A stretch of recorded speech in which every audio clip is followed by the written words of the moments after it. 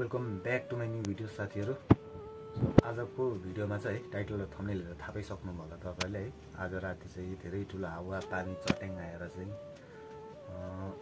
मेरो मोबाइल अनि चार्जर भयो है र मेरो टाउको पनि थोरैले जोगिएको रहेछ। मैले चलाउँदै गरेको फोन पनि पुरै ड्यामेज भएको छ।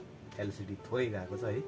अनि पछाडीको भाग यो बडी जुन हाउजिङ हुन्छ नि मोबाइलको तिनीहरु सबै जलेर है लुट्टो भएको छ। चार्जरहरु चुटेर आगो लागेर है मेरो सिरानी छेउमा आगो लागेर मेरो यो झुल भन्छ नि यो झुल डढेर है पुरै ड्यामेज भएको छ। चार्जरहरु चुटेर कहाँ उछिटै गएको रहेछ। म अहिले भेला पार्दै छु चार्जरको टुक्राहरु। भन्न मोबाइल चाहिँ के भएन है। मोबाइलमा के भएको भए चाहिँ डुब्थ्यो मेरो जिन्दगी त डुब्थेन है। कोही पनि अब एउटा मोबाइल किन्नलाई धेरै गर्नु पर्थ्यो, दुःख गर्नु पर्थ्यो है। सो त्यही हो म तपाईहरुलाई देखाउने छु र तपाईहरु पनि सचेत रहनु होला है। मैले मोबाइल पनि स्विच अफ गरेको थिएँ है र लाइनलाई पनि निभाएको थियो। जस्ट मैले चाहिँ के भन्छ यो चार्जरलाई चाहिँ प्लगबाट चाहिँ आउट गरिन क्या। त्यही मेरो गल्ती भयो र त्यो चट्याङ झर्ने बित्तिकै है चार्जर चाहिँ चुटिएर कहाँ पुग्दैछ है। अनि त्यसपछि सिरानीतिर चाहिँ कसरी आयो आगो त्यो चाहिँ मलाई थाहा भएन। झुलहरु यत्रो भङ पारेको छ है। म तपाईलाई अहिले देखाउने छु तिनीहरु पनि र म अहिले चाहिँ मेरो सामानहरु ड्यामेज भएको चाहिँ म देखाउँछु है।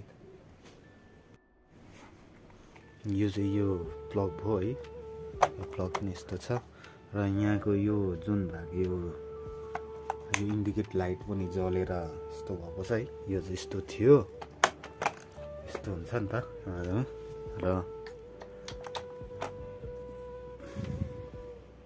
जलेर यस्तो भएको छ है। यस्तो ब्ल्याक यस्तो। अब तपाईको भन्नुहुन्छ भने यो चाहिँ यस्तो थियो, यो चाहिँ चुटिएर चाहिँ है यो निस्केर चाहिँ है के भन्छ यही निस्केर चाहिँ है कहाँ उछिटिरहेको अहिले मैले भेला पारेको हो क्या। चार्जरको